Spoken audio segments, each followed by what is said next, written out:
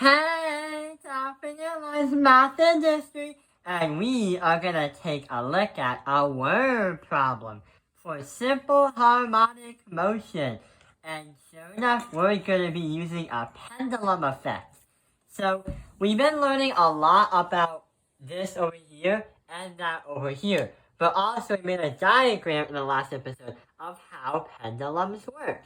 But what we're gonna do is actually solve a word problem.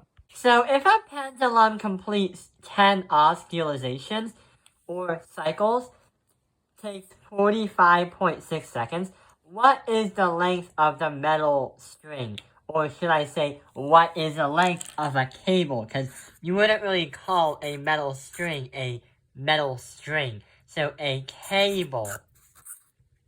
How long is the metal cable? So let's see what happens.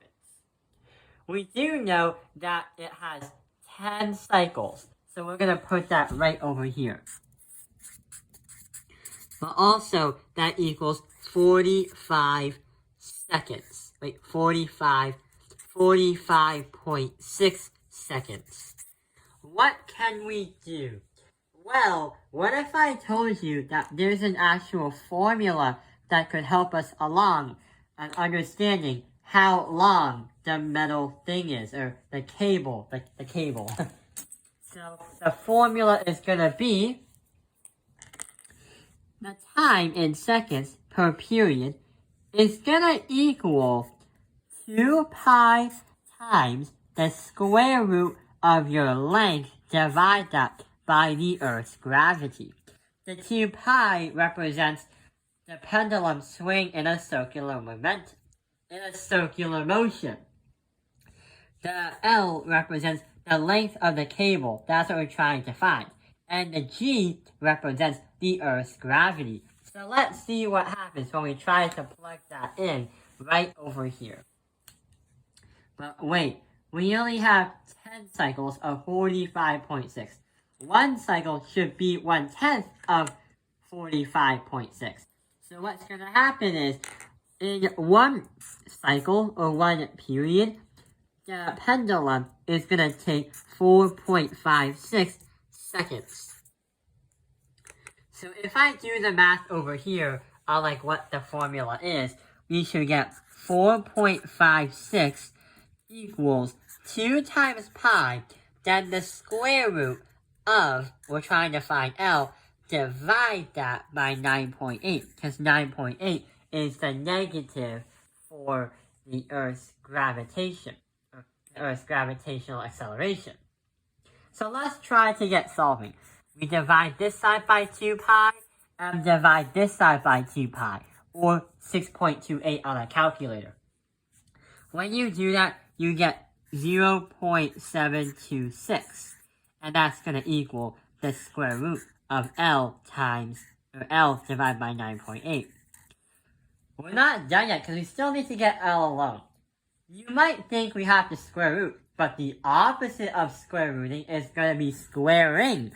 So we square this, and we also have to square root the square. So let's see. 0.726 squared is going to be 0.527. And squaring that is just going to be equal to L divided by 9.8. To get L alone, we just multiply it by 9.8. And we also just multiply 9.8 on both sides. These two are going to cancel out, because you have division and multiplication. But this will go in here. And our final answer, the length of the cable, is 5.17 meters. That is a really big pendulum. Despite, yeah, it does make sense that it takes 45 seconds and 4.56 seconds just for one cycle. But let's see what happens if we try to find the frequency. So the frequency measures how much the pendulum goes per every cycle per second.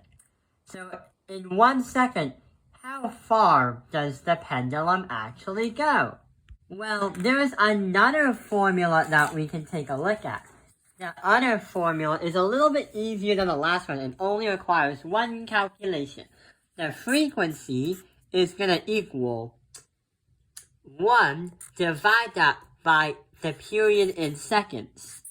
So what is supposed to happen is 1 second, divide that by, what was our time?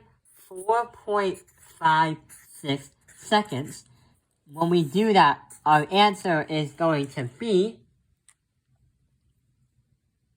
0.221 divided by seconds, or cycles per second.